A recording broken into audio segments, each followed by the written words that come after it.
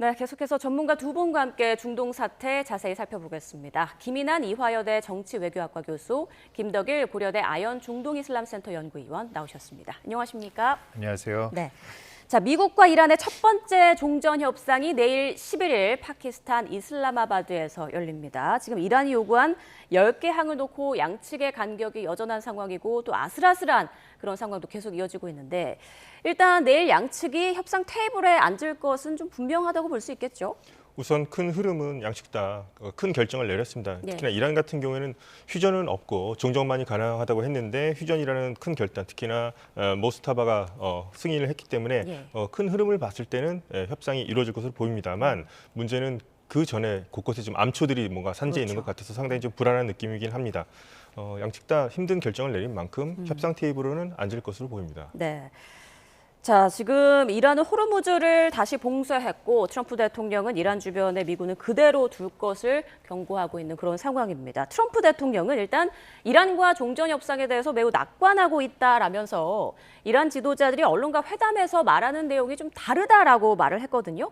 이 또한 사실일까요? 아니면 여론 관리 차원에서 트럼프 대통령이 자신 있게 말하는 걸까요? 뭐 실제적인 이제 휴전이나 아니면 종전 협상 속에서 뭐 대중에게 알려지지 않는 그런 여러 가지 외교적인 기밀 사항들도 있고 하니까는 두 가지 상황을 다 우리가 염두를 해보고 있어야 될 것 같습니다.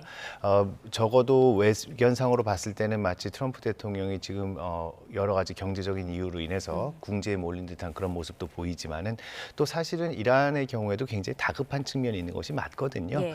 무엇보다도 이란 같은 경우도 지금 수많은 벌써 한 이제 6주 정도 이어진 이런 전쟁 속에서 많은 전쟁 피해가 있고 또 여기서 만약에 여러 가지 이제 또 계속되는 공습으로 인해서 뭐 교량이라든지 철도라든지 아니면 발전소라든지 그런 근간 시설이 파괴된다면은 사실은 회복되기가 힘든 또 그런 상황이거든요.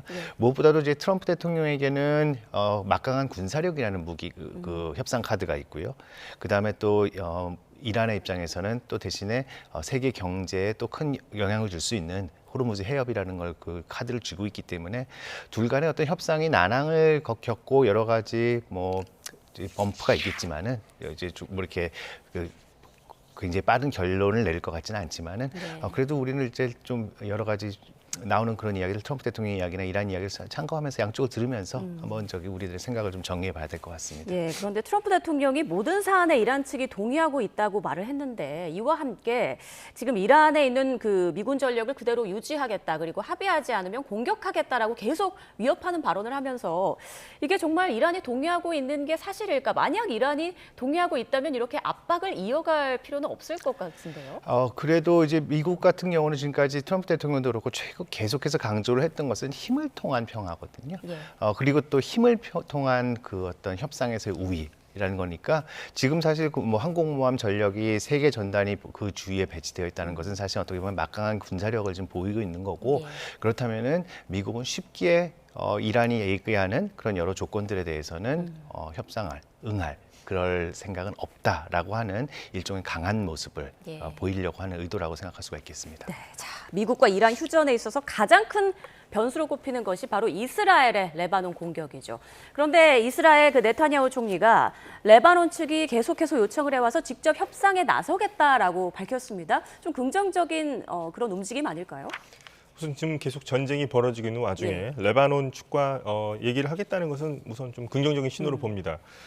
레바논과 이제 헤즈볼라 좀 분리해서 볼 필요가 있겠죠. 레바논 중앙 정부가 따로 있고요. 헤즈볼라는 레바논 안에 속해 있는 이란 친이란 무장 단체이면서 또 정당까지 가진 조직인데요. 레바논 중앙 정부보다 군사력이 더 강하다고 보면 됩니다. 그래서 국가 안에 국가라고 불리고 있는데요. 그래서 이스라엘 입장에서는 헤즈볼라를 테러 조직으로 지정하고 있기 때문에 직접 대화하기보다는 오히려 레바논 중앙정부와 대화하는 입장을 지금 취하고 있는 것으로 보이고요. 이 문제를 레바논 중앙정부가 해결하라는 그런 압박으로도 볼 수 있겠습니다.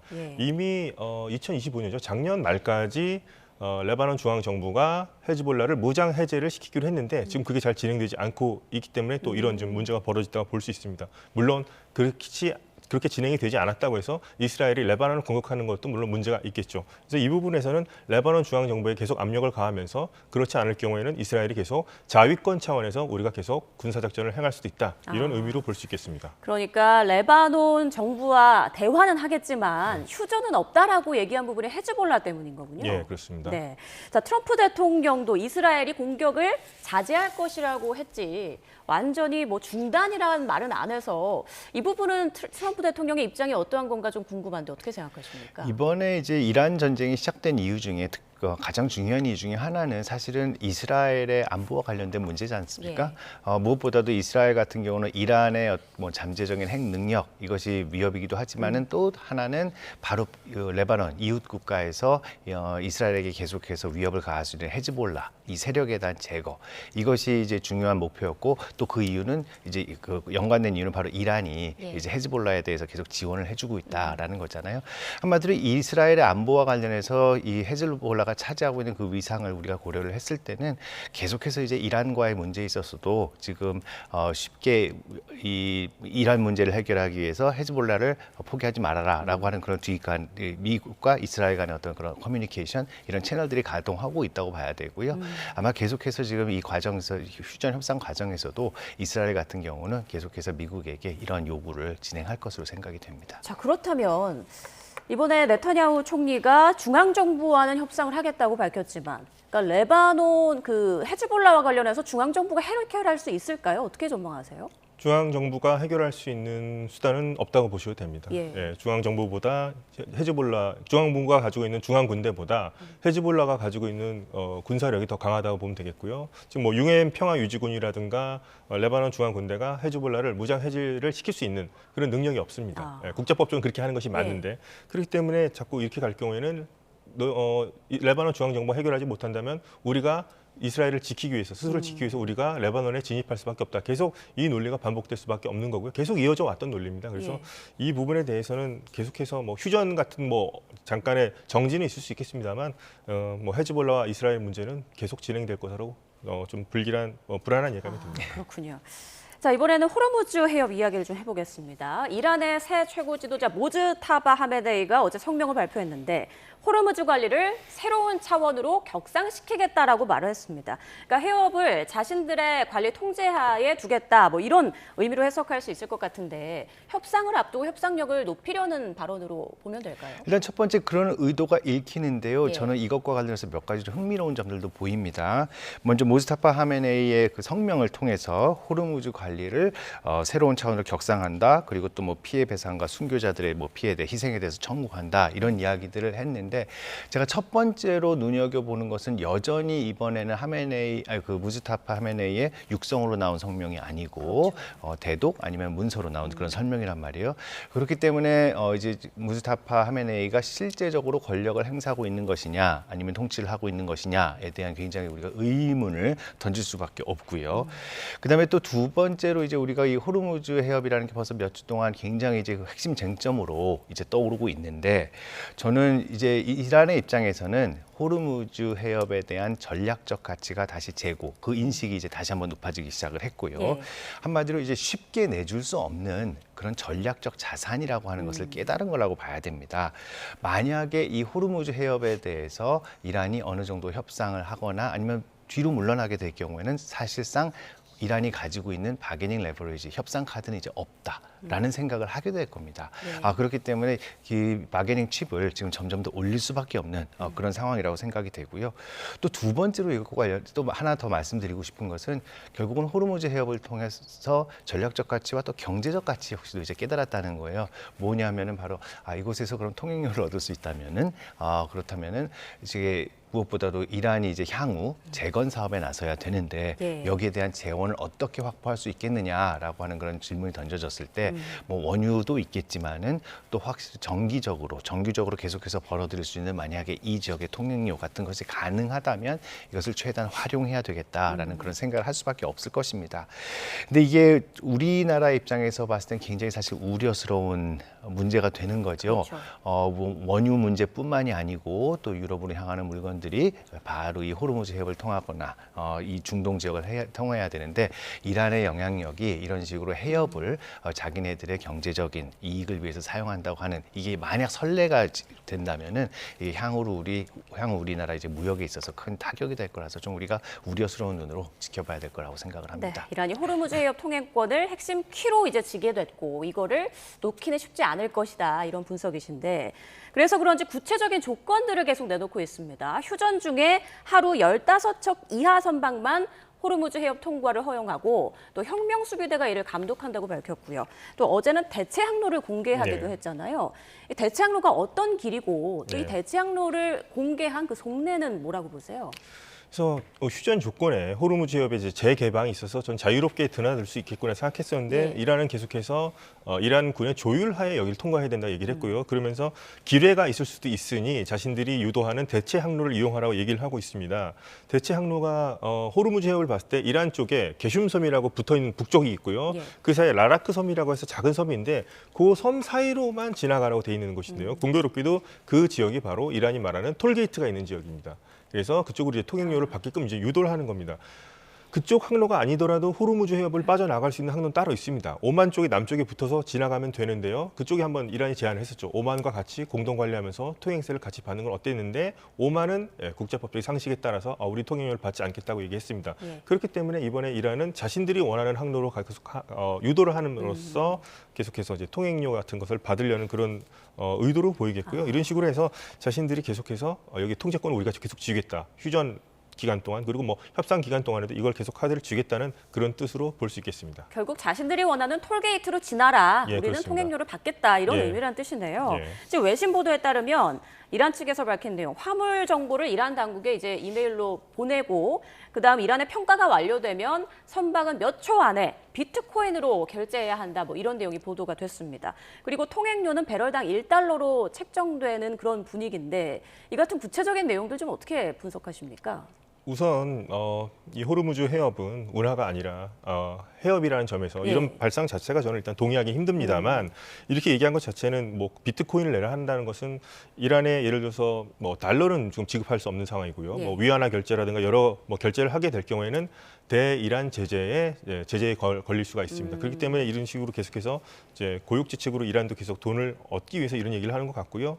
또 이제 뭐 트럼프 대통령도 뭐 갑자기 뭐 같이 뭐 합작하는 게 어떻게냐 이런 얘기 했었는데 그건 이제 아이디어 차원에서 그렇게 얘기를 한 것 같고 이란이 만약에 이걸 정말 자신들이 통제를 하려고 한다면 해군력이 있어야 되고 해군 함정이 있어야 되고 호송을 해서 유조선을 데리고 나와야 되는데 이란이 지금 가지고 있는 건 고속정들밖에 없습니다. 실질적으로 그렇게 할 수 있는 능력은 안 되고 공격만 함으로써 어떻게 지금 계속 통제하려고 하는데 미국도 그렇다면 우리가 들어가서 같이 하자 이런 식으로 저는 아이디어 차원에서 얘기를 한 것 같고 그래서 뭐 미국도 여기 통행세를 받는 거 아니냐 해서 상당 부분 어제 또 많은 혼란이 있기도 했었습니다만 미국의 입장은 또 다시 통행료 같은 것은 있을 수 없다. 또 다시 밝혀서 뭐 혼란은 있었습니다만 미국의 입장은 좀 그런 것이고 이란은 계속해서 자신들이 검사를 해서 통화하지 않는 선박은 있을 수 없다. 계속 이런 식으로 해서 자신들이 계속해서 이 호르무즈 해협을 통제권을 우리가 갖고 있다는 사실을 계속 전 세계에 주지시키고 있다고 볼 수 있겠습니다. 자, 트럼프 대통령의 속내도 참 궁금한데 이란과의 합작 투자 얘기를 하다가 갑자기 또 이란의 통행료를 부과하지 말라고 경고를 했습니다.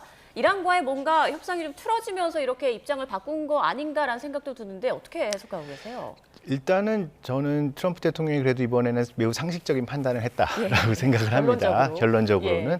왜냐하면 뭐 항행의 자유라고 하는 그런 어떤 국제법의 그 규범, 가장 기본적인 규범을 놓고 봤을 때는 호르무즈 해협에 대해서 통행료를 징수한다는 것은 말이 안 되는 그런 이야기죠.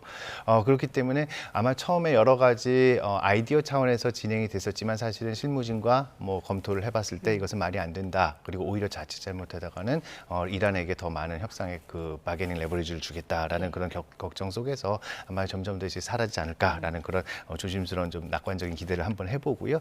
저는 호르무즈 해협과 관련해서 어제 좀 흥미로운 것도 좀 발견을 했었는데 이제 개방을 하겠다라고 하면서 이제 휴전과 함께 개방을 하겠다라고 해서 이제 배들이 움직이기 시작을 하는데 흥미로운 거는 어제 주로 빠져나온 배들은 컨테이너선들입니다. 예.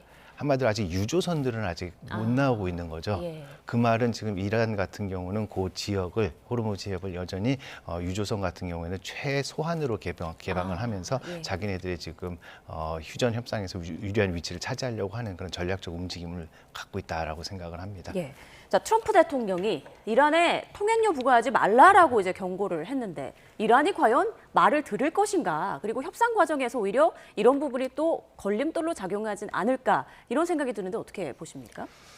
만약에 이란이 지금 이 호르무즈 해협 카드를 당장 내려놓게 될 경우에는 이 지금 휴전 회담이 어떻게 될지 진행될지 모르죠. 예. 이제 파국으로 끝날 수도 있고 뭐 안 좋은 결과로 있는데 그때 다시 또 이 자신들이 이 통제력을 찾겠다고 하는 것은 상당히 힘들기 때문에 이란은 계속해서 이것을 쥐면서 미국으로부터 최대한 어떤 양보라든가 경제적 다른 대가를 것들에 대해서. 얻으려고 예. 그런 식으로 계속 그런 전술을 구사할 것으로 보이기 때문에 이렇게 우리가 바라는 대로 희망적으로 이렇게 자유로운 항행이 당분간은 가능해 보이지는 않습니다. 네, 지금 호르무즈 해협에 우리 선박 26척이 묶여 있는 상황인데 어제 우리 조현 외교부 장관이 이란 외무장관과 통화를 한 것으로 알려졌죠. 호르무즈 해협 통항 재개 요청을 다시 한번 한 것으로 알려졌고 또 우리 특사를 이란에 파견한다고 하는데 어제를 비롯해서 최근에 우리 일본을 비롯한 각국의 선박들이 통과하지 않았습니까?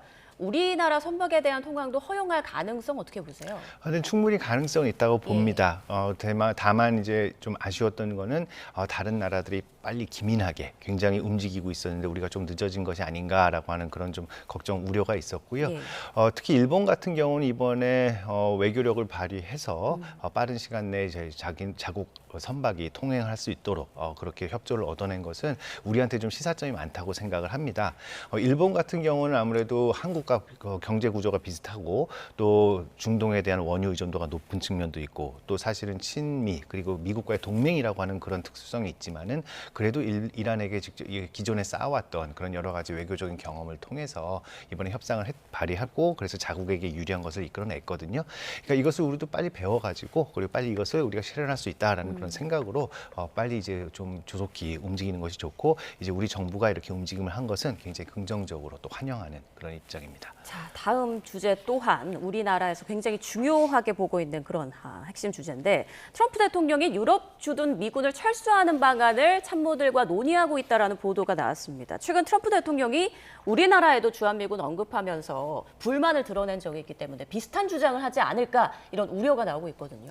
이제 트럼프 대통령 같은 경우는 이란 전쟁에서 동맹국들이 도와주지 않았다. 그런데 이 미국은 지금까지 동맹국들에게 수많은 도움을 줬었는데 완전히 배신당했다라는 그런 말을 하고 있는데 그래도 우리도 할 말은 있습니다. 왜냐하면은 이거는 우리는 방어를 위한 동맹인데 이번에는 이스라엘과 함께 이란에 대해서 공격을 한 것은 사실 정당성이 많이 떨어진다라는 이야기를 할 수가 있죠.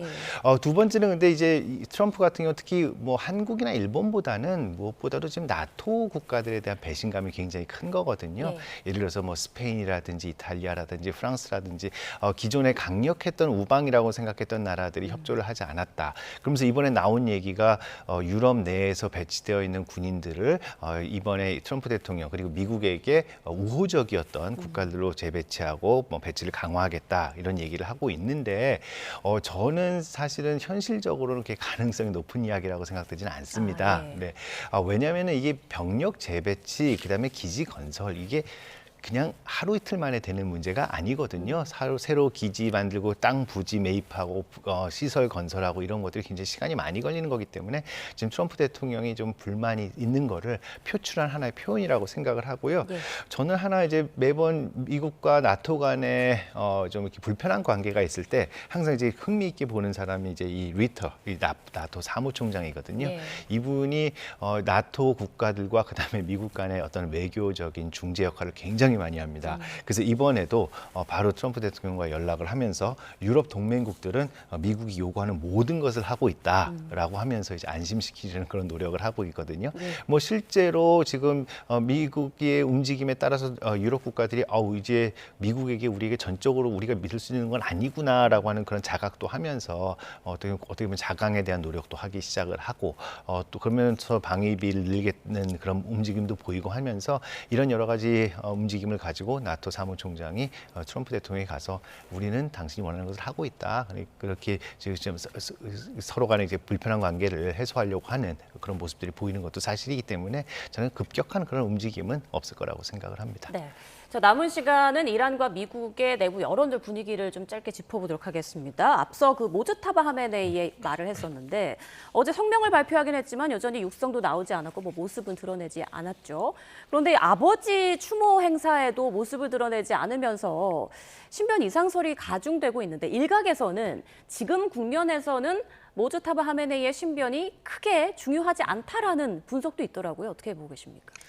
지금 사실상 모스타바가 지금 신변이 지금 상당히 불확실한 상태인데요. 예. 많은 중론은 모스타바는 상당히 지금 허수아비일 뿐이고 오히려 인해 장막에 둘러싸여 있고 그 사람들이 혁명 수비대 출신의 강경파들이라고 지금 보는 시각이 좀 우세하고 있습니다. 그래서 예. 모스타바가 지금 메시지를 내는 것은 형식상으로 내는 것이고 이 인해 장막들이 지금 그 사실상 결정을 하는 것이 아니냐는 얘기가 나오고 있습니다. 40일 이슬람 이란 전통에서 40일은 이제 추모제이기 때문에 이번에 등장했어야 되는데 또 등장하지 않았습니다. 이럴 경우에는 많은 사람들 사실 논란이 벌어질 겁니다. 예. 지지층들 사이에서는 모스타바 추종자들 사이에서는 은둔 시아파의 전통이 있다 이런 식으로 얘기하면서 신비주의 메시지를 내면 된다 이런 얘기를 하지만 그것은 약간 좀 궁색한 변명에 불과하고요. 예. 많은 이번 그 체제에 반대했던 많은 이란 국민들 사이에서는 오히려 이제 조롱의 대상이 될 가능성이 높습니다. 이슬람 세계에서 그리고 이러한 권위주의 체제에서 지도자의 모습이 약간 사자의 모습이어야 되는데요. 지금 이렇게 모습을 드러내지 않는 것은 전에 알리 하메네이 이 아버지가 별명이 무시알리였습니다. 무시가 페르시아 말로 쥐라는 뜻입니다. 예. 그러니까 쥐구멍으로 숨는다는 뜻이었거든요. 그래서 비겁하고 은둔하고 이런 식으로 해서 당당하지 못하다고 비난을 받았었는데 이렇게 될 경우에는 또 많은 국민들, 지지층도 있겠습니다만 천체제에 반대하는 많은 국민들 사이에서는 아버지의 최고 지도자 자리를 세습했듯이 그 별명 또한 세습할 가능성이 상당히 높아 보입니다. 그래서 네. 상당히 비겁하고 떳떳하지 못하다 이런 식으로 해서 저는 아마도 이번 이란 사회 안에서는 상당한 반발을 불러일으킬 수 있을 거라 생각합니다만 지금 이제 텔레비전에 나오고 이렇게 하는 것은 이제 아마도 협상력을 높이기 위해서 지지층들의 관제 시위라고 보시면 될 것 같습니다. 국내 여론이 이렇다고 하면서 미국의 자신의 어떤 협상력을 높이기 위한 그런 관제 시위라고 생각합니다. 실제 여론은 그게 다가 아니다라는 말씀이시군요. 이란 사회 내부는 상당히 좀 분열돼 있다고 생각하고 있습니다. 그런데 신정 체제에서 최고 지도자의 위상, 권력은 엄청난 걸로 알고 있는데 이렇게 예. 허수아비로 인식이 된다면 새로운 최고 지도자를 세워야 하는 거 아닌가요? 새로운 최고 지도자를 세우려면 다시 또 전문가 회의라는 또 회의를 소집해야 될 거고요. 예. 그 안에서 또 선발 절차가 있어야 되는데 이번에 모스타바가 선정된 절차도 세습이었기 때문에 많은 논란도 있었지만 예. 상당 부분 어떻게 보면 학자로서 급이 안 되지만 혁명 수비대에 입김이 작용한 정치적 임명이었다고 생각이 우세합니다. 지금 비상시국에서 다시 지도자를 뽑는 것도 상당히 좀 문제가 될 수 있겠고요. 모스타바가 계속 확고하게 있다고 했는데 다시 뽑는 것 자체가 자기들이 얘기했던 것을 좀 부정하는 것이 되기 때문에 당분간 모스타바 체제로 계속 갈 것으로 보입니다만 그 기반은 점점 더 취약해질 거라고 생각합니다. 네, 알겠습니다. 이번엔 미국 내부 분위기를 좀 볼게요. 트럼프 대통령을 그동안 강하게 지지해온 세력, 마가 세력 내에서도 분열이 일어나고 있다라는 내용이 나오고 있는데 우파 일각에서 이번 미이란 휴전 합의를 놓고 우리를 팔아넘겼다라고 반발하는 목소리가 있다고 하더라고요.